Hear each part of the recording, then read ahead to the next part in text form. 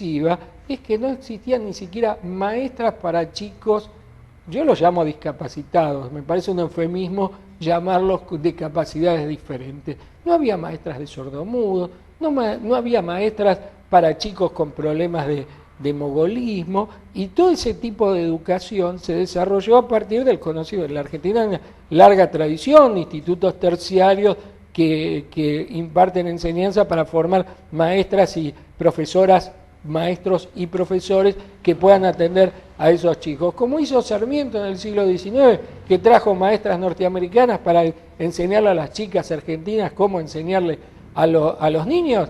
Así hizo el presidente Chávez con la inexistencia hasta ese momento de maestros en condiciones de atender a los chicos con capacidades diferentes, por usar ese eufemismo. Entonces, creo que lo único que está en dificultades por saberse es si Chávez va a seguir gobernando de modo sin demasiada oposición parlamentaria o puede ponerse una cuña de manera que le puedan trabar la gobernabilidad. Pero hay que decir que está terminando su mandato el presidente Lula, que sobre 100 diputados, sobre 500 diputados en la Cámara de Diputados de Brasil, tenía nada más que 100. O sea que la existencia de opositores no obsta para que se pueda construir algún tipo de acuerdos que permita seguir gobernando el país. Y Chávez se encamina a ser reelecto nuevamente en el 2012 porque no hay ningún candidato que le pueda birlar la presidencia a Chávez. Por eso la presión de los Estados Unidos, que como hipótesis de máxima se plantea una invasión desde su portaaviones colombiano o de una tensión bélica que lleve al desgaste del presidente Chávez, porque en las urnas Chávez es imbatible. Muy bien, y bueno, Brasil también está muy próximo a elecciones. Bien, la semana siguiente habrá elecciones en Brasil. La discusión ya no es si va a ganar Dilma Rousseff, la candidata del Partido del Trabajo, contra el candidato José Serra del Partido Socialdemócrata brasileño, sino que la discusión es si gana en primera vuelta o gana en segunda Dilma Rousseff. Acá la oposición mediática en Brasil cometió un error central. O sea, cuando se nos dice, uy, miren Brasil, que no se ataca la libertad de prensa, que no se hostiliza a la prensa, esta semana Lula le dio con todo para que tenga a O Globo, la principal cadena noticiosa de Brasil, que tiene diarios y programas, canales de televisión. Le dio con todo porque, como dice Emir Sader, un investigador que yo ya he citado, aquí son los ejércitos de ocupación del imperialismo.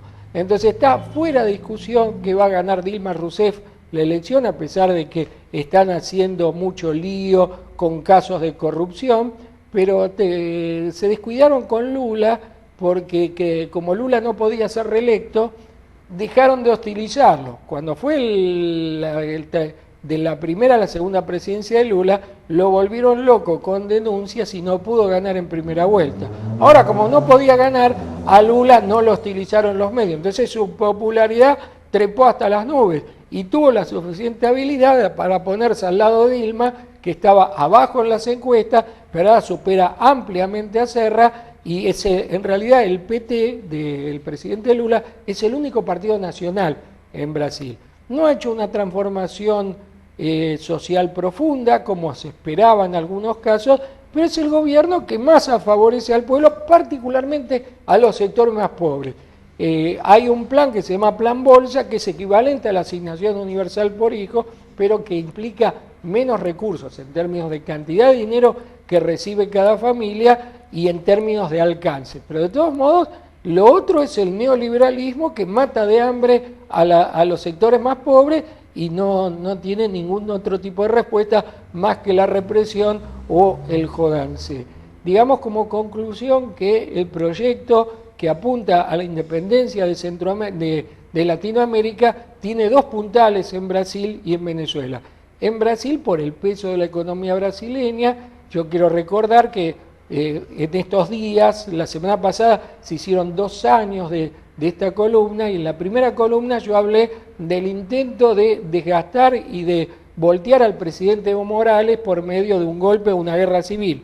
Y fue central Lula, que le dijo a los dirigentes de Santa Cruz de la Sierra especialmente: no les compramos más gas.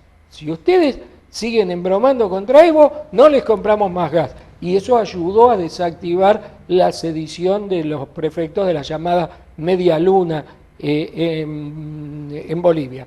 Y también los recursos del petróleo venezolano son fundamentales en la articulación de un conjunto de países que se unen en el ALBA, la Alternativa Bolivariana para América Latina, y que son parte del bloque de pueblos que resisten las imposiciones del imperialismo.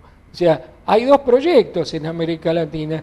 Hubo el proyecto del imperialismo, cuya manifestación en la Argentina es el PRO, la Unión Cívica Radical, el GEN y todas esas fuerzas políticas neoliberales, y el proyecto de la emancipación latinoamericana, que va a vivir también una elección muy importante este jueves 23, cuando se vote la renovación o continuidad de la conducción actual de la Central de Trabajadores Argentinos.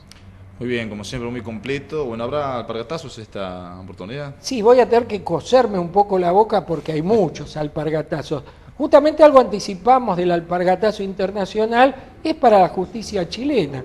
Una justicia que permitió que un criminal deleznable como Pinochet muriera en su cama y en impunidad. Una justicia que permitió que Chile fuera un aguantadero para un delincuente como Pinochet, que se fugó fingiendo parálisis y enfermedades de Inglaterra, y que se levantó de la silla de ruedas en el momento de bajar el avión para abrazarse con sus co-criminales que lo iban a recibir. ¿Desde qué lugar pide la extradición de un supuesto terrorista? La semana pasada hablábamos de la ley antiterrorista votada contra Pinochet, la política de exterminio contra el pueblo mapuche, y ahora se acuerdan de este señor que hace cerca de 20 años vive en la Argentina y en Moreno en particular. Tal vez para la semana que viene desarrolle más esta temática, porque hay una denuncia que se trata de toda una maniobra de la derecha chilena. Hoy no tengo tiempo para desarrollarlo, pero tal vez la semana que viene lo desarrolle un poco más. Y el alpargatazo nacional es para otro tribunal, el que condenó por abusador, violador y pedófilo al padre Graci, pero que le permite seguir en libertad.